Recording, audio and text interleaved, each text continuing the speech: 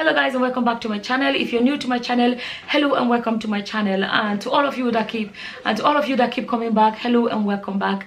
So before I always almost forget, if you have never subscribed, just to let you know, it is absolutely free to subscribe. What subscribing does is when you subscribe and click the bell sign, what happens is anytime I post a video, you get a notification that I posted a video.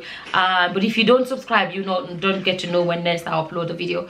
It's completely free. It's like completely free. You don't have to pay for it. It's basically by clicking that red sign there that says subscribe, and after that click the bell sign, so that way you will get a notification whenever I upload a new video. So I'm just going to go straight into today's video. So basically I just wanted to share the story of how I was almost trafficked when I was a teenager. Those of you that have been watching my video, you would have heard me say that I grew up in Benin. And I grew up in Benin. When I'm not Benin, some people think Benin as in Benin Republic. No, Benin, which is the capital of Edo State, and Edo State is a state in Nigeria. So that's, yeah. So I grew up in Benin from the age of 7. I was in Benin till I was my late teens, so I grew up in Benin. And at that time there was just a lot of girls going abroad. There were just a lot of girls going abroad, and that's all we knew, that girls were going abroad. But a lot of people didn't know what it was. So I'm not coming here to say it only happened in Benin, but I have to speak of Benin because that's where I grew up. So I don't know how it was happening anywhere else. I'm just speaking about where I grew up. So then a lot of girls were going abroad. All you hear is, oh, Adesua is gone. Adesua is gone. Itoha is gone. Everybody is going, like, away, going abroad. Before you know it, they buy their father a car, they buy their mother a car, they start sending money to build a house, and the family life. This was a big in Benin. The life of their family would just change. Like, they'd be like, oh, and the thing is, it was mostly girls that were going. So later on, we started getting, like, a lot of people didn't know. All we know that, oh, that girl went abroad. That girl went abroad. That's all we knew. But then along the line, later on, news began to filter through about this girl got killed, or that girl died. We started hearing about prostitution and stuff like that, and then it was all over the news. Like, it was all over the news, and everything had this campaign, like kind of a campaign trying to stop girls from going abroad, and they were trying to create this awareness and telling girls, don't go. Anybody promised you, like, and don't go, it's not worth it. It's not worth it. Don't go do prostitution. And a lot of churches started talking about it, like, girls shouldn't go abroad for prostitution. It became like they were beginning to tell everybody, don't do it, don't do it, don't do it. It was kind of scary, like, oh my goodness, or somebody died, this girl died, or she was killed because she couldn't pay. Or some girls, they say they go abroad and they didn't want to do the prostitution because they didn't want to do the prostitution, or they thought they could, and then they went abroad and they just didn't like doing it. They refused to send them home. They asked to be sent back home, and the trafficker refuses to send them home, and they just get killed and stuff like that. There was just a lot of horrifying news we were hearing and stuff like that. Prostitution was never something that prostitution was never something that I could do. No, even forget about when I became born again or whatever. It's just, I don't know. I honestly can't imagine letting someone that I don't like even come near me. That is it. I don't know. I don't know how people do it. I just couldn't, But anyways, but how I almost got trafficked. Now, a guy I used to know said to me once, oh my goodness, there's this woman that's after coming from abroad, and that this woman wants to take people. This woman has a restaurant, and she wanted girls to come and work in her restaurant. And I asked him, I said, in her restaurant, do what? He was like wash the dishes and do the cleaning up and stuff like that. And I was like, oh, that's fine, I can do that. And then I asked, what country? And he said, I think he said something like Sweden or something like that. Because we all hear, now I have to say, then it was all, in those days, all we hear is Italy, prostitution in Italy. So if you say Italy, everybody just had this image in their heads that Italy is for prostitution. It's even recently I began to find out that there are a lot of Nigerians that went to Italy that didn't go for prostitution. But then, as far as I was concerned growing up, because that's what everybody, the news said to us, that's what the pastors preached from the altar, you know, that was what the pastors preached from the altar and everything. Prostitution in Italy, you know, Italy. And a lot of the Benin girls, as far as I know then, from what we're told, went to Italy. So when I asked them, I said, what country? You know, this woman that wants me to work in her restaurant, what country? I remember he mentioned another country. It wasn't Italy. And I thought to myself, oh yeah, that's not bad, because, you know, this is not Italy. So I felt safe. If a lot of foreign currencies, when you convert them to Nigerian currency, is a lot of money. And I was like, wow, like I felt like my life was about to change. And I was like, isn't this great? Isn't this amazing? And, you know, but somehow I was very doubtful. I was kind of like, oh God, this is too good to be true. You know, I kind of said, this is too good to be true. And I thought to myself, why will somebody come all the way from one European country, come all the way to Nigeria, to get girls to come and wash the dishes in Europe? I didn't know people in Europe that they could have employed. You know, I started kind of processing it. That this doesn't make any sense. Like, who will be so kind to come and get me a visa, take me abroad? You know, there's going to be accommodation and everything just for me to do dishes. And I started having doubts. So I went back to this guy that I said I used to know, and I said to him, I said, please do a thorough investigation.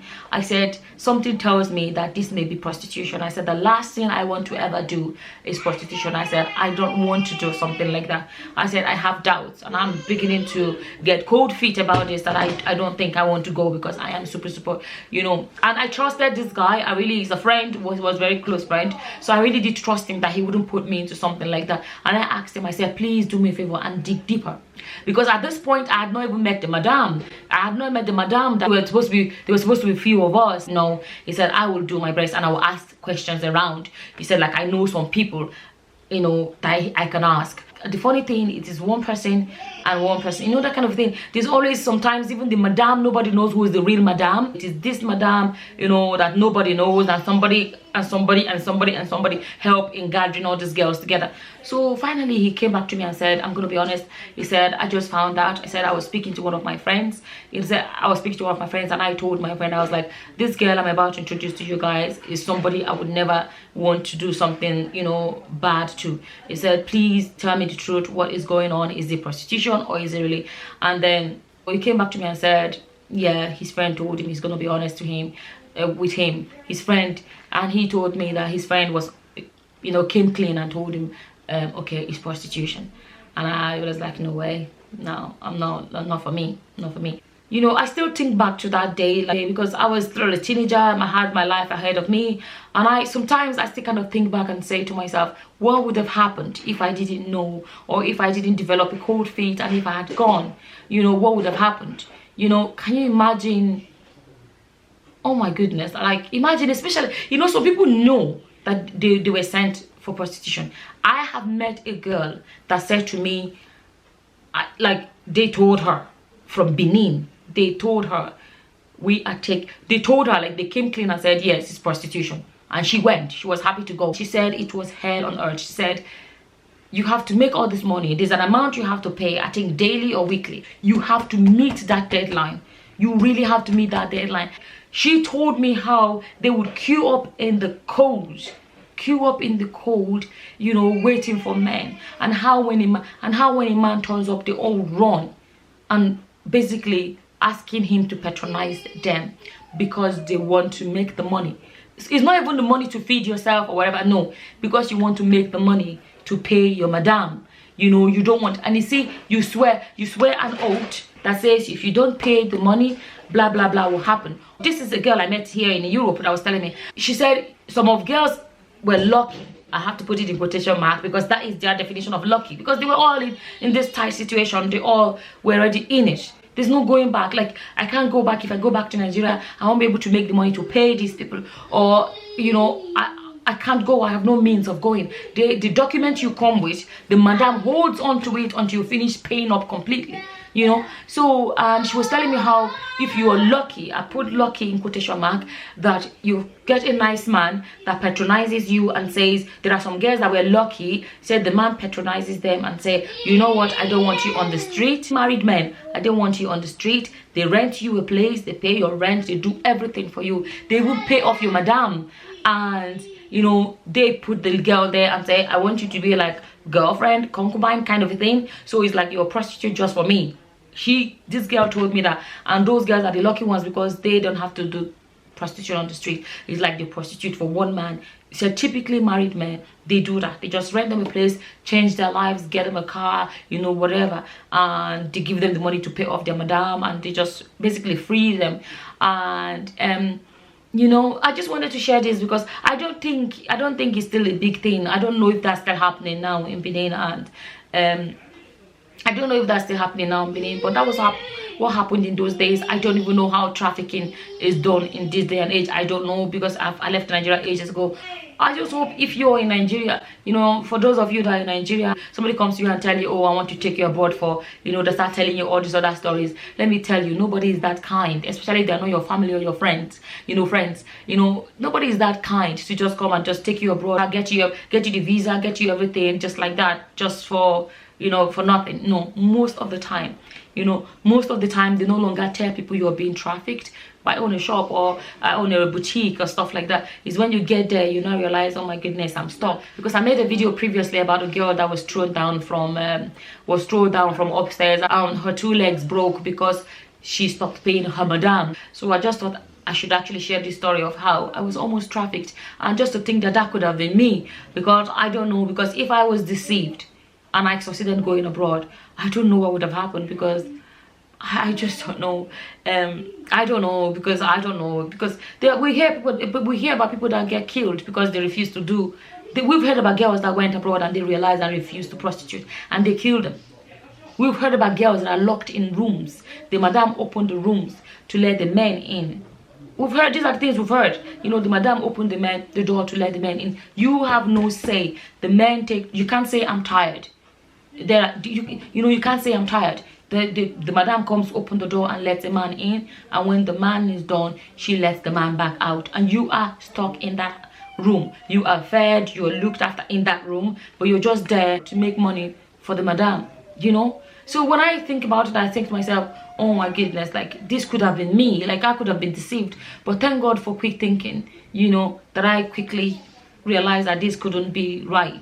You know, and that could have been my story. I could have been dead too, you know. I could have been hurt seriously, or maybe, you know, trafficked and just put in a room somewhere, and you know, that would have been, yeah, like if people knew and went is one story, but if you didn't know, you know, there's some people that went, they were ready for it. It's still tough enough, I think, but imagine, you know, just imagine someone that they had no clue. I just thought I should just come and, you know, share my personal experience and, you know, just let you guys know that I too was almost trafficked. Just to share my story. Hopefully if somebody comes to you trying to promise you heaven on earth, you know, abroad, you would, you know, please God, use your quick thinking and realize that this is how people get trafficked and lied to and get trafficked.